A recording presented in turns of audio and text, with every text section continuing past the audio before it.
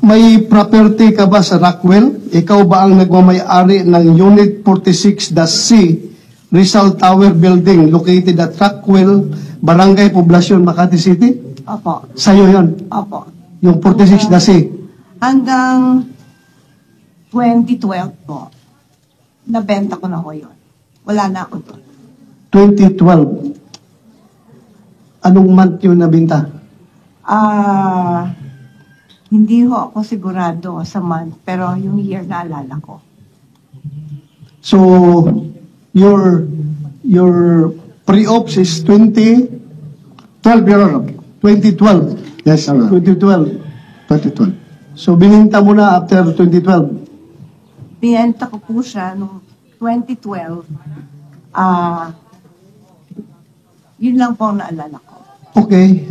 But then you admit na you are the owner and at the same time the occupant of such unit, yung Unit 46, the C. Opo.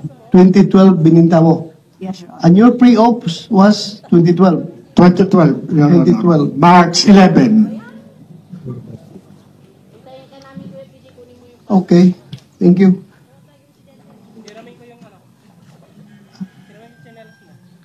Ma'am, pwede bang makahingi ka ng kopya ng deed of sale nung unit na bininta mo?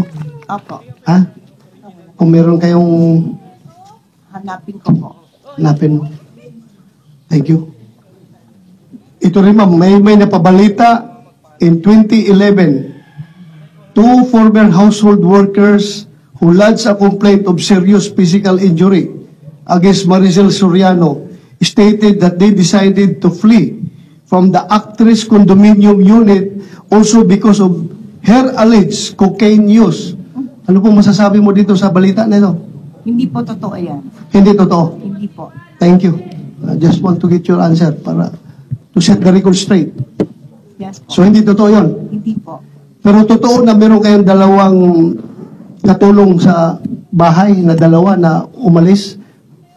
Opo, kasi ninakawan po nila ako. Ninakawan kanila. Opo. Totoo na binugbog mo sila o hindi? Paano ko naman po bububugin? Dalawa po sila. Okay. I'm just confirming the report, the news report. Thank you po, ma'am. Maraming salamat for your cooperation. So far, that will be all as far as this committee is concerned. Yung confirmation mo lang as to the ownership and occupancy of that unit in the year 2012 when that pre-ops was initiated by Agent Morales. Maraming salamat sa pag-attend mo dito. Thank you very much. Kahit na hindi mukhang wala ka sa magandang kondisyon, you try to be here. Maraming salamat. Maraming salamat po, Mr. Chair.